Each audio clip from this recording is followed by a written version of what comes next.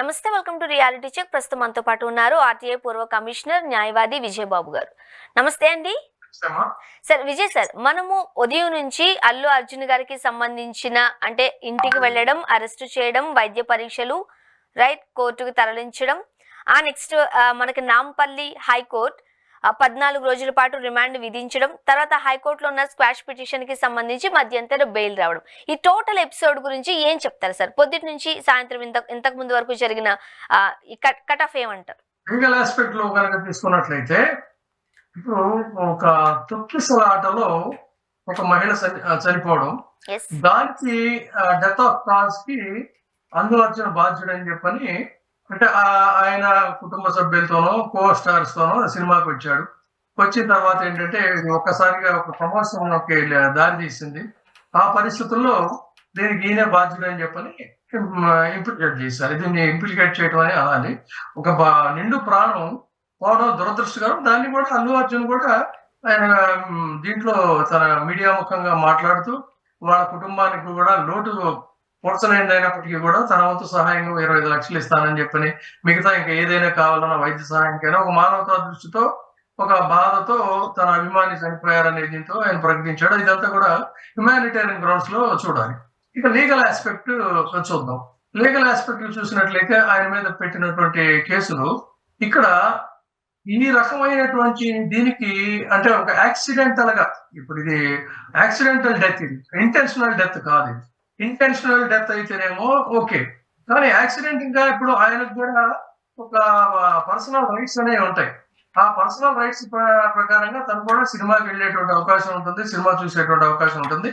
అదే క్రమంలో ఏంటంటే ఇక్కడ భద్రతా కారణాలు అనేటువంటి ప్రాతిపదిక వస్తే కొంతమంది ఇప్పటికే ముంబై నుంచి కూడా కొంతమంది తారలు సినిమా వాళ్ళు కూడా ఆయనకి సపోర్ట్ గా మాట్లాడుతున్నారు. కొంత న్యాయ చట్టం తెలిసినటువంటి వాళ్ళు ఏంటంటే ఇలాంటి యాక్సిడెంటల్ ఇష్యూస్ కి కేవలం ఒక వ్యక్తిని అల్లు అర్జున్ మాత్రమే బాధ్యుని చేయటం అనేటువంటిది సహేతుకం కాదు అని చెప్పని, ఇది దాదాపుగా సర్వత్రా కూడా వినిపిస్తున్నటువంటి ఆ మరణం పట్ల బాధను వ్యక్తం చేస్తూనే దీనికి ఆయన బాధ్యుని చేయటం ఎంతవరకు కరెక్ట్ అనేది చాలా సర్వత్రా వినిపిస్తున్నటువంటి మాట.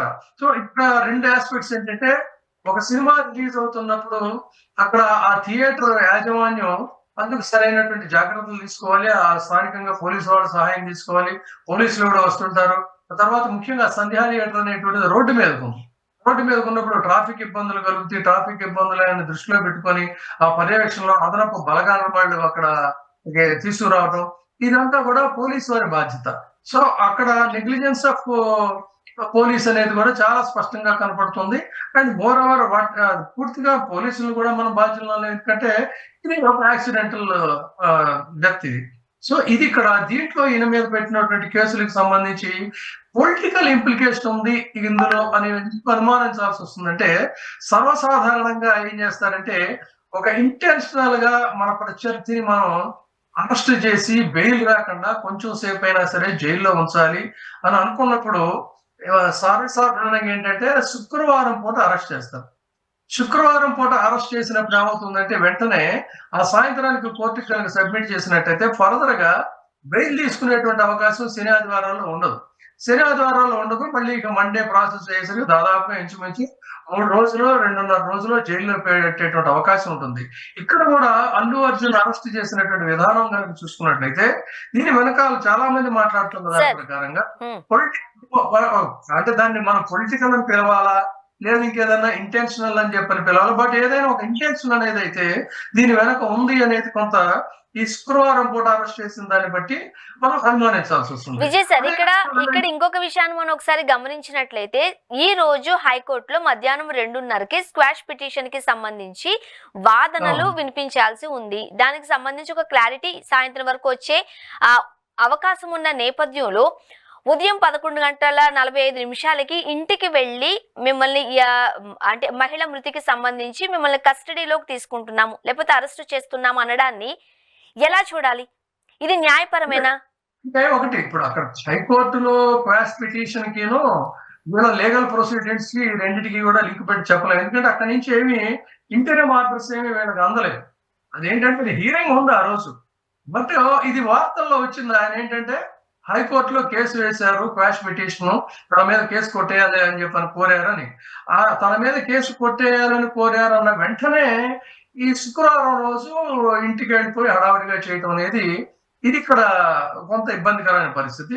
ఇది లీగల్ ఆస్పెక్ట్ లో తీసుకున్నట్లయితే ఏంటంటే ఆయన మీద పెట్టినటువంటి కేసులు కూడా ఇక్కడ ఇంపార్టెంట్ గా 105 తీసుకుందాం. బిఎన్ఎస్ యాక్ట్ 105 ఏంటంటే ఇది if the accused intend to cause death or injury that could result in death, the punishment is life imprisonment or a minimum of 5 years. ఇక్కడ గమనించాల్సింది ఏంటంటే తను ఇంటెన్షనల్ గా చేశాడు, అది punishment for culpable homicide not amounting murder or is imprisonment for the life term of 5 years minimum. ఎందుకంటే ఇక్కడ intention కనిపించట్లా, ఆ జరిగిన సంఘటన ఒక మరణానికి కారణమైందే తప్ప అది అక్కడ దాన్ని 302 అని చెప్పడానికి వీల్లేదు. కాబట్టి ఉద్దేశపూర్వకంగా అక్కడ చంపడం అనేది జరగలేదు, యాక్సిడెంటల్ గా జరిగింది. ఇదే దీంట్లో తర్వాత చాలా హీరింగ్స్ కూడా ఉన్నాయి మనకి. ఇప్పుడు రీసెంట్ గా జర్నలిస్ట్ అర్నబ్ గోస్వామి ఉంది, సుప్రీంకోర్టు కూడా ఆయనకి వెంటనే బెయిల్ గ్రాంట్ చేసింది. ఇక్కడ ఫండమెంటల్ రైట్స్ కూడా ప్రధానంగా తీసుకోవాలి. ఆయన కూడా ఒక మామూలు వ్యక్తి, తనకు కూడా సినిమా చూడాలనేటువంటి ఒక భావన ఉంటుంది, దానికి వెళ్ళాడు ఆయన. అయితే దీన్ని ఆయన అనౌన్స్ చేసి వెళ్ళాలి. ఇక్కడ గమనించాల్సింది ఏంటంటే నేను సంధ్యా థియేటర్ సినిమా చూడడానికి వస్తున్నాను, ఓహో నాతో పాటు హీరోయిన్ కూడా వస్తుంది అని గనక ప్రకటన చేస్తుంటే అప్పుడు ఒక మాబుని ప్రొవోకేట్ చేయటము, లేదంటే ఇంకొక ఏదైనా ఇంటెన్షన్ ఉందని అనుకోవచ్చు. కానీ అది కాదు. జనరల్ గా టికెట్స్ టుగెదర్ అగ్ర హీరోలు ఏంటంటే దాదాపు నాకు తెలిసి కృష్ణ, విజయ నిర్మల గారు హీరోయిన్లుగా ఉన్న రోజుల నుంచి కూడా రిలీజ్ రోజు వాళ్ళకి ఇష్టమైనటువంటి సినిమా థియేటర్కి వెళ్ళి ఆ మాసెస్ లో కూర్చొని సైలెంట్ గా ఆ సినిమా చూడటం అనేటువంటిది వాళ్ళకు ఉన్నటువంటి ఒక సంప్రదాయం. అదే దీన్ని వీళ్ళు కూడా కొనసాగించారు. అయితే జరిగిన సంఘటన దురదృష్టకరమైన సంఘటన. ఇక్కడ ఇది ఒక కాబట్టి దీని వెనక ఏదో ఒక పోటీ ఉంది, శుక్రవారం రోజు అరెస్ట్ చేయడం అనేది అనుకోవాలి. ఇంకొక పాయింట్ మనం లీగల్ గా కాకుండా హ్యుమానిటేరియన్ గ్రౌండ్స్ లో లేకపోతే సోషల్ ఆస్పెక్ట్ లో ఆలోచించినట్లయితే తెలుగునాట భారతదేశంలో ఒక జాతీయ అవార్డు గ్రహించినటువంటి జాతీయ అవార్డు గ్రహీతం. అంటే ఇక్కడ మీరు ఈక్వాలిటీ బిఫోర్ లా ఎన్ని మాట్లాడొద్దు, నేను లాజికల్ గా చెప్పట్లేదు, నేను సోషల్ ఆస్పెక్ట్ లోనో కల్చరల్ ఆస్పెక్ట్ లోనో చెప్తున్నా. ఒక జాతీయ స్థాయి అవార్డు అందుకున్నటువంటి వ్యక్తిని ఈ విధంగా ఇంట్లోకి చొరపడి ముందస్తు సమాచారం లేకుండా శుక్రవారం పూట అంటే శని ఆదివారాలు బెయిల్ రాకుండా ఉండేందుకు అరెస్టు చేయడం వెనుక ఖచ్చితంగా ఎవరిదో ఒక దురుద్దేశం, ఒక అదృశ్యహస్తం ఉంది అనేది అయితే అనుమానించక తప్పదు అనేటువంటిది ఈ అంటే సర్కమ్స్టాన్షియల్ ఎవిడెన్సెస్ అంటాం మనం. ఈ సర్కమ్స్టాన్షియల్ ఎవిడెన్సెస్ ఇవన్నిటినీ కూడా మనం ఒకసారి పరిశీలించి గుదిగుచ్చి చూసినట్లయితే ఆ విధమైనటువంటి ఒక అనుమానం వస్తుంది. అండ్ మోరోవర్ తెలుగు సినిమా రంగం భారతదేశంలో సినిమా వసూళ్ళని బ్రేక్ చేసి తెలుగునాట ఒక హీరో ఇంత పెద్ద ఇది క్రియేట్ చేస్తున్న నేపథ్యంలో దీన్ని అందరూ కూడా వాళ్ళ అభిమానులు సెలబ్రేట్ చేసుకున్నటువంటి తరుణంలో ఇలాంటిది జరగడం అనేటువంటిది పూర్తిగా దురదృష్టకరం. ఇది ఎందుకు జరిగింది? ఒకవేళ అదే కనుక అయితే ఇలాంటి సంఘటనల్లో ఈక్వాలిటీ బిఫోర్ లా ఆయన అగ్రనటుడైనా ఎవరైనా సరే అని అనుకున్నప్పుడైతే ఆలోచించితే గతంలో ఎన్నో సంఘటనలు ఇలాంటివి జరిగినాయి. మనకు బహిరంగ సభలు జరుగుతాయి, రాజకీయ సభలు, సినిమా ఫంక్షన్లు జరుగుతాయి, రాజకీయ సభల ఆవిష్కరణలు జరుగుతాయి. వాటిల్లో వచ్చేటప్పుడు వెళ్ళేటప్పుడు ఎంతో మంది చనిపోయారు. ఇంతకు ముందు ఇప్పుడు ఎప్పుడైతే అల్లు అర్జున్ గారికి ఈ అరెస్ట్ కి సంబంధించి కస్టడీలోకి తీసుకోవడానికి వచ్చినప్పుడు దీన్ని సిమిలారిటీస్ ఉన్న కొన్ని ఇన్సిడెంట్స్ ను సామాన్యులు లేకపోతే నెటిజన్స్ ట్రోల్ చేయడానికి మనం చూసాం. రాజమండ్రి పుష్కరాల టైంలో 32 మంది చనిపోయినప్పుడు మరి అప్పుడున్న ప్రభుత్వానికి సంబంధించి వ్యక్తులకు సంబంధించి ఎటువంటి కేసులు వేశారు, ఎవరిని అరెస్ట్ చేశారు? అండ్ ఇంతకుముందు మనం మాట్లాడుకున్నట్టు అర్నబ్ గోస్వామి కావచ్చు, మహారాష్ట్రలో జరిగిన ఇన్సిడెంట్ కావచ్చు, వాటన్నిటికీ లేనిది ఓన్లీ ఎందుకు అల్లు అర్జున్ గారి వైపే ఇంత పటిష్టంగా ఉన్నారు? దీన్ని ఎలా చూడాలి? నేను అదే చెప్తాను. ఇప్పుడు అనేక రాజకీయ వేదికలు జరిగినప్పుడు, సభలు జరిగినప్పుడు వచ్చేటప్పుడు వెళ్ళేటప్పుడు ఎన్నో ఎక్కడిదాకా ఎవరికల్లా మహారాష్ట్ర కల్లా అలనాటి అవిభాజ్య ఆంధ్రప్రదేశ్ కానీ ఈనాటి 2 తెలుగు రాష్ట్రాల్లో కానీ అనేక సభల్లో జరుగుతున్నప్పుడు, దారిలో వెళ్తున్నప్పుడు, లేకపోతే వస్తున్నప్పుడు తొక్కిసలాటలు, ప్రమాదాలు జరగటం, తర్వాత తాజాగా పుష్కరాల్లో అమానవీయంగా మరి వ్యవహరించినటువంటి తీరుకి స్టాంపేడ్‌లో అంతమంది చనిపోవటం. ఇలాంటివి అనేక సంఘటనలు రాజకీయంగా గాని, సినిమాల పరంగా గాని, ఇంకొక రకంగా కల్చరల్‌గా గాని జరుగుతున్నప్పుడు these are all accidental deaths కిందే దీన్ని మనం చూస్తాం. బట్ ఇట్ ఈస్ అన్‌ఫెయిర్ కాదంటలేదు. But it's bad luck. Still దీనికి ఒకళ్ళని రెస్పాన్సిబుల్ చేయడం కరెక్ట్ కాదు. పైగా మోర్ ఓవర్ ఏంటంటే భారతదేశ సినీ చరిత్రలో ఇంత పెద్ద ఘన విజయాన్ని వాళ్ళు సెలబ్రేట్ చేసుకుంటున్నప్పుడు ఇంత దారుణంగా ప్రవర్తించడం, దట్టు ముందస్తు నోటీసులు లేకుండా, సరే ఆయన మీద వారెంట్ ఇష్యూ అయితే అయి ఉండొచ్చు గాక, కనీసం అంటే ఇంట్లోకి వెళ్ళిపోయి అని చెప్పినట్టుగా ఆయన చెప్పిన ఆరోపణ, అల్లు అర్జున్ చెప్పిన ఆరోపణ ఇది.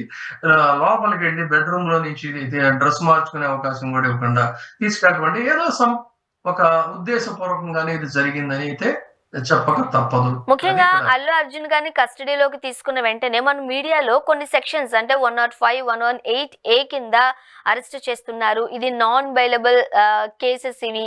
ఒకవేళ అంతా కనుక విచారణలో అంతా తప్పు అని కనుక తేలినట్లయితే 5 నుండి 10 సంవత్సరాల వరకు జైలు శిక్ష పడే అవకాశం ఉంది అనేవి మనం పెద్ద పెద్ద లెటర్స్ లో మనం చూసాం. సో ఒకంత అభిమానులు కావచ్చు, లేకపోతే టీవీల ముందు ఉన్న వాళ్ళకి ఏం అర్థం కాని పరిస్థితి. ఏంటి సెక్షన్లు, ఈ సెక్షన్లు ఏం చెబుతున్నాయి, నిజంగానే 10 ఏళ్ళు మా అభిమాన నటుడు జైల్లో ఉండబోతున్నాడా? సో ఇలా ఒక గందరగోళమైన పరిస్థితికి లోనయ్యారు. ఏం చెప్తుంది? సో 105 ఏం చెప్తుంది, 118A ఏం చెప్తుంది? కాంపౌండబుల్ కేసు, దాంట్లోనేమో 7 సంవత్సరాల నుంచి లైఫ్ వరకు వేయచ్చు అనేటువంటిదే ఒక ఇది. ఇక్కడ గమనించాల్సింది ఏంటంటే వాళ్ళు ప్రొసీజరల్ గా ఆ సెక్షన్ లో పెడతారు. దానికి ఫైన్ ఉంటుంది, ఫైన్ తో పాటు జీవిత ఖైదు ఉంటుంది, అదే ఖైదు ఉంటుంది, లేదు ఒక జైలు శిక్ష వేయచ్చు, రెండు కూడా వేయచ్చు. బట్ ఇక్కడ గమనించాల్సింది ఏంటంటే దానికి సంబంధించినటువంటి వాళ్ళు కేసు అయితే పెట్టారు, ఫ్రేమ్ చేశారు, కానీ దానికి ఒక ఎవిడెన్సెస్ అనేది ఉండాలి. ఈ సంఘటన జరిగిన వెంటనే కేసు ఎవరైతే పెట్టారో ఆ మృతురాలి భర్త వెంటనే ఆయన ఇచ్చేసాడు, ఇది ఇలా జరుగుతుందని అనుకోలేదు, నేను అవసరమైతే నేను కేసు విత్డ్రా చేసుకుంటాను అని చెప్పి అన్నాడు ఆయన. సో అది ఏంటంటే కేసు హియరింగ్కి వెళ్ళాలి, ట్రయల్కి రావాలి, అక్కడ ఆ విట్నెస్లు వచ్చినప్పుడు ఏంటంటే వాళ్ళు దాని గురించి చెప్పాలి, ఇవన్నీ తర్వాత సంగతి. అది అట్లా అనుకుంటే ప్రతి కేసులో ఎన్నో కేసుల్లో శిక్షలు పడాలి, కేసులు ఫ్రేమ్ చేస్తారు, అంత మాత్రాన ఏదేదో అవుతుందని కాదు. కాకపోతే ఇక్కడ ఏంటంటే ఖచ్చితంగా మనోభావాలు దెబ్బతిని ఉంటాయి. ఇంతటి సెలబ్రేషన్ మూడ్ ని ఎంత దారుణంగా స్పాయిల్ చేశారే, ఇది ఇంటెన్షనల్ గా జరిగింది. సంఘటన దురదృష్టంగా అందరూ బాధపడుతున్నా కూడా దీన్ని ఒక వ్యక్తి మీద ఫోకస్ చేయటం అనేది ఇది ఖచ్చితంగా డెఫినెట్ గా అయితే మాత్రం దీని ఇంకొక ఇక్కడ ఆసక్తికరమైన అంటే అపొలిటికల్ గా కూడా మాట్లాడుకుందాం కాసేపు. పొలిటికల్ గా మాట్లాడుకుందాం, లాజికల్ గా కాదు. లాజికల్ గా కాకుండా పొలిటికల్ యాంగిల్లో మాట్లాడుకున్నట్టయితే ఒకే కాంగ్రెస్ ప్రభుత్వంలో రాజశేఖర్ రెడ్డి గారు ముఖ్యమంత్రిగా ఉన్న రోజున జరిగినటువంటి ఒక ప్రముఖ హీరో బాలకృష్ణ ఇంట్లో కాల్పులు జరిగాయనేటువంటిది తెలుసు. ఆ కాల్పులు ఏంటంటే దాన్ని యాక్సిడెంటల్ గా అంటానికి వీలేదు. ఖచ్చితంగా చేతిలో గన్ పెట్టుకొని తన ఇది మర్చిపోయి కోపంతో ఆవేశంతో జరిగిన సంఘటనగా ఆ రోజుల్లో చెప్పుకున్నారు అందరూ చాలా మంది. కానీ అదే కాంగ్రెస్ ప్రభుత్వంలో ఒక ప్రముఖ నటుడు, ఒక లెగసీ నుంచి వచ్చినటువంటి వ్యక్తి లేకపోతే ఏదనో ఆయన వ్యవహరించినటువంటి తీరు వేరు. ఇక్కడ అల్లు అర్జున్ ఆ రకంగా ప్రవర్తించాల, ఇంటెన్షనల్ గా గానో, దురహంకారపూరితంగా గానో, లేకపోతే తన సినిమా హిట్ అయింది కాబట్టి ప్రకటనలు చేసి జబ్బలు ధరుచుకుంటే ఆ థియేటర్కి వెళ్ళిపోయి హంగామా చేసి అందరినీ ప్రొవోకేట్ చేయలే, సైలెంట్ గా వెళ్ళాడు ఆయన. అలాంటి సంఘటనలు అదే కాంగ్రెస్ ప్రభుత్వంలో ఒక జాతీయ నటుడికి, ఇక్కడ గమనించాల్సిందే, ఒక జాతీయ నటుడు యావత్ భారతీయ సినిమా మొత్తం కూడా సెలబ్రేట్ చేసుకున్న సందర్భంలో అదే కాంగ్రెస్ ప్రభుత్వంలో ఇలాంటి సంఘటనలు జరగటం, అది కూడా ఒక తెలుగు హీరోకి జరగటం అనేటువంటిది ఈ రెండు కంపేర్ చేసుకున్నప్పుడు రాజకీయాలు అనేటువంటి ఎంత గమ్మత్తుగా ఉంటాయి, ఎంత విచిత్రంగా ఉంటాయి. రాజకీయ నాయకులు తలుచుకుంటే చట్టం తన పని తాను చేసుకుని వెళ్ళిపోతుంది అనేటువంటి ఊత పదాన్ని పివి నరసింహారావు గారు ఉటంకించిన ఊత పదాన్ని పదే ఎవరు చెప్పుకుంటున్నప్పటికీ కూడా వాస్తవాలు ప్రజలకు తెలుసు, సమాజానికి తెలుసు. ఎందుకు మరి ఈ పని చేశారు, దీనివల్ల ఫలితాలు, దానివల్ల వాళ్ళకుండే ఆత్మతృప్తి ఏంటో మనకైతే తెలియదు. కానీ ఇది మాత్రం కొంత ఇబ్బందికరమైనటువంటి సంఘటనగానే నేను చూస్తున్నాను. ఇప్పుడు ఎవరైతే మృతురాలి భర్త ఉన్నారో భాస్కర్ గారు ఇచ్చిన స్టేట్మెంట్ కూడా చట్టపరంగా ఎలా వస్తుంది సార్? ఆయన కేసు పెట్టారు, ఇప్పుడు అరెస్ట్ చేస్తున్నారు. సో ఇవంతా చూసిన తర్వాత ఆయన కాస్త కలత చెందినట్టు బాధపడినట్లు అంటే నేను వద్దు, ఇట్లాగా అల్లు అర్జున్ గారిను అరెస్ట్ చేయడం నాకు ఇష్టం లేదు కాబట్టి నా కేసు నేను వాపస్ తీసుకుంటానని చెబుతున్నారు. అలా నోటి మాటతో చెప్తే అయిపోతుందా?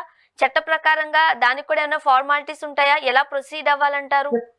డెఫినెట్ గా ఫార్మాలిటీస్ ఉంటాయి. ముందు మనం ఏంటంటే అతను అన్న ఫీలింగ్స్ మనం హ్యుమానిటేరియన్ గ్రౌండ్స్ లో తీసుకున్నాం. పోయిన ప్రాణం ఎలాగో పోయింది, పోయిన ప్రాణాన్ని తీసుకొని రాలేము. అదే విధంగా దానికి పూర్తిగా ఆ రోజున ఆవేశంలో ఆయన అన్నప్పటికీ కూడా తదనంతరం ఆలోచించి చూస్తే ఇందులో ఎంతవరకు తన బాధ్యుడు అల్లు అర్జున్ అనేటువంటి భావన ఖచ్చితంగా బాధితుడికి కూడా కలుగుతుంది. అదే భావనతో బహుశా ఆయన అని ఉండొచ్చు. ఇది ఒక ఆస్పెక్ట్.